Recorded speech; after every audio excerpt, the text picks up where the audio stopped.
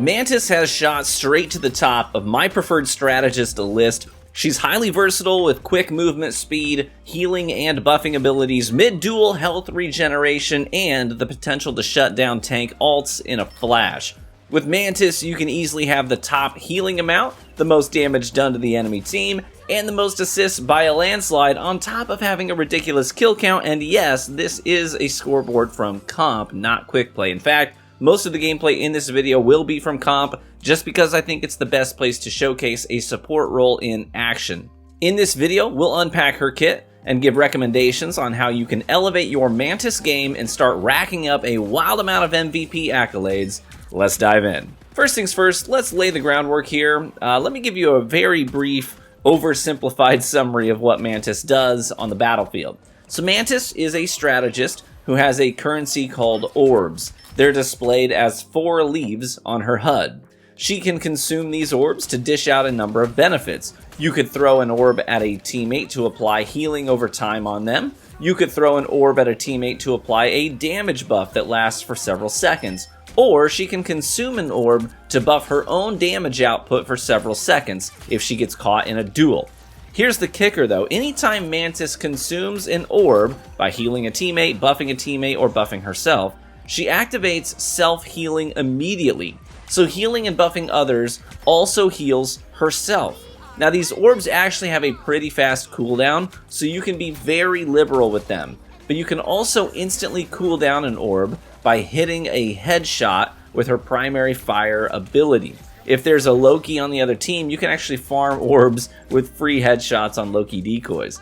Her primary fire does 50 damage at base, but you can apply the damage buff to yourself to get a little more damage out of it. There's one other really cool feature about Mantis, and that's when she's at full health, she moves very fast. So if you die, you can dart back to the objective point and regroup with your team very quickly.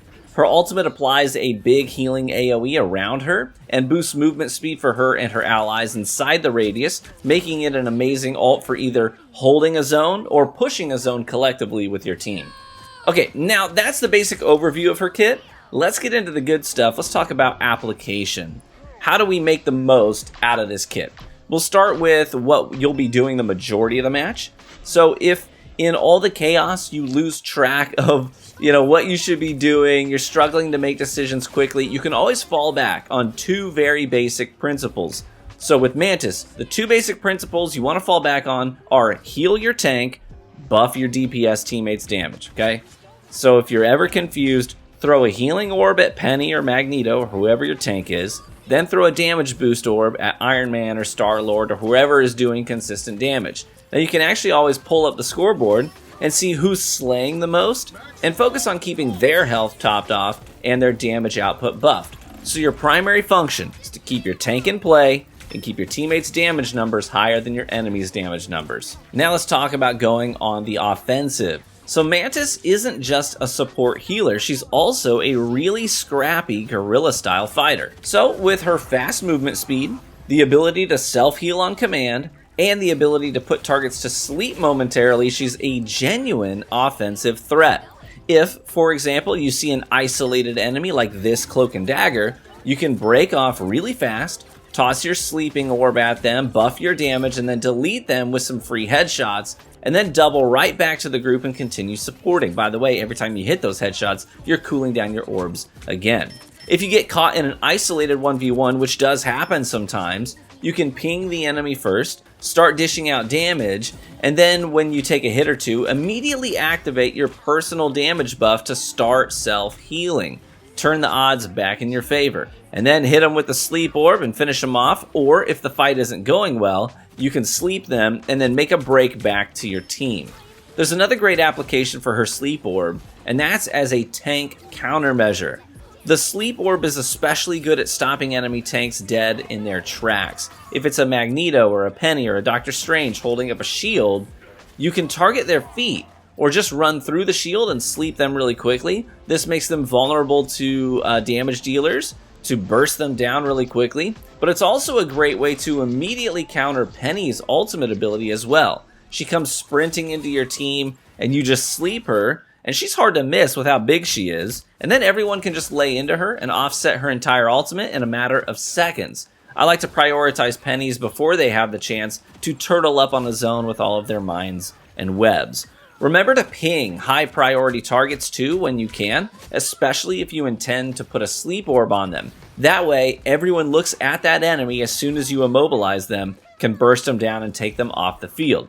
Perhaps one of Mantis's greatest strengths is her ability to break attrition.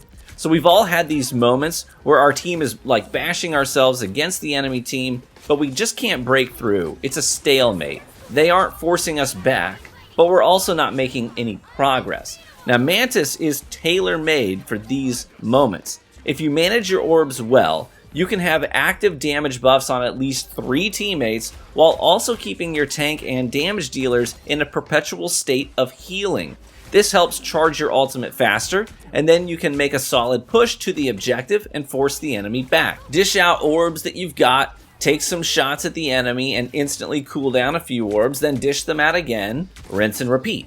The wild thing too is how many assists you're going to rack up by buffing your teammates' damage. You can actually physically see a number on the scoreboard that tells you just how well you're buffing your teammates. You can directly influence 30 KOs in a single match if you're good at Mantis and making sure that your teammates have damage buffs constantly. But not only that, but since these buffs that you dish out are working over time, they're not like instant cast and then instant benefit, they work over time. That actually frees you up to go on the offense for about half of your time in the match. So you're constantly swapping back and forth from offense to support, offense to support.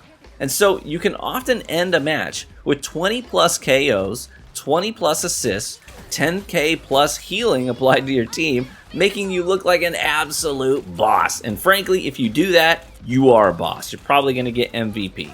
And so that is it. There you have it.